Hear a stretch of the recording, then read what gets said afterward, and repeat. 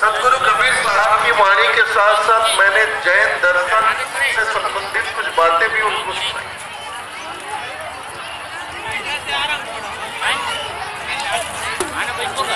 सिख पंजाब में चले जाए, बहुत सारे सिख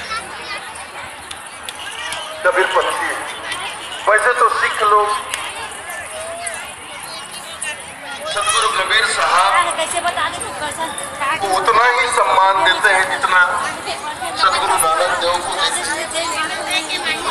और सिर्फ सदगुरु कबीर साहब नहीं, जो सिख संप्रदाय है इनका हृदय बड़ा उदार है।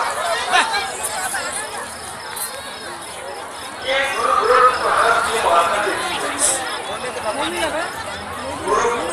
गुरुद्वारा बनता है, वहाँ गुरु ग्रंथ साहब ऐसा है गुरु ग्रंथ साहब को माथा टेका जाता है। दसवें गुरु गोविंद सिंह जी के द्वारा गुरु गोविंद सिंह के बाद फिर गुरु गद्दी पर कोई और हासिल नहीं हुआ। गुरु ग्रंथ जो था उसी को गुरु मानकर तख्त पर स्थापित कर दिया गया और उस ग्रंथ को ही गुरु मानकर माथा टेका जाता है। तो उस ग्रंथ में केवल गुरु नानक देव की वाणी नहीं, लगभग क्या 12 संतों की वाणियों का संग्रह, जो सिखों का गुरु ग्रंथ होता है 12 संतों की वाणियों का संग्रह है। और सबसे अधिक वाणी सदगुरु कबीर साहब की।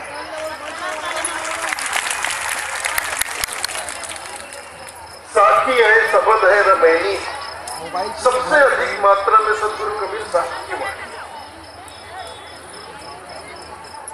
गुरु नानक देव की वाणी है। इसके अलावा 10 और संतों की वाणियों का संग्रह है।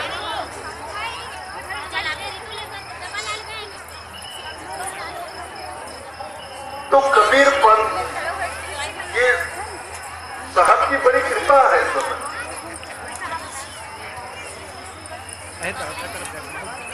सारे संत महान हुए, सभी संतों के वाणी वचन बड़े ही सार्थक है, मानव समाज के लिए बड़े उपयोगी हैं।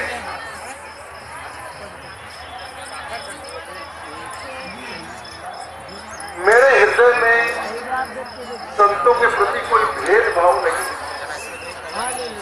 मेरे लिए दुनिया के तमाम संत उतने ही पूजनीय हैं जितने कि सदगुरु कबीर साहब पूजनीय।